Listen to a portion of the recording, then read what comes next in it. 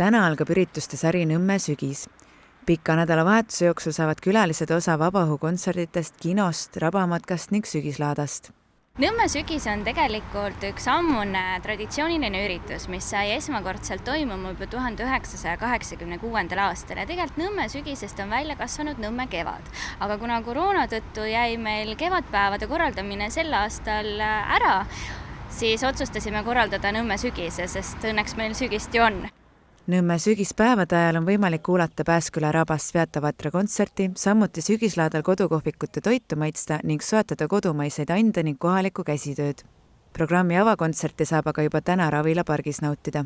Täna õhtul kell 7 ootame kõiki mõnusasse õhustikku Ravila parki, kus siis roheluses kuulata ilusat muusikat algusega kell 7. Seal esineb siis nii Marianne Leibur, Raivo Taffenau kui ka Joel Rasmus Remmel. Kes nädalavahetuse Lõuna-Eestisse raja äärde minna ei plaani, saab Ott Tänakule kaasa elada Vabaduse pargis, kus homme kell 8 näidatakse maailmameistri emotsioonide rohke teekonna dokumentaalfilmi Ott Tänak The Movie. Kas olete ka ise linastusele minemas või olete raja ääres kaasa elamas?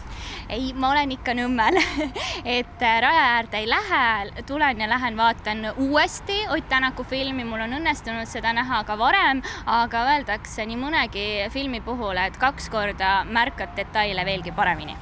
Kõik sügispea üritused on tasuta, täpsema programmiga saab tutvuda Facebooki lehel Nõmme sügis 2020.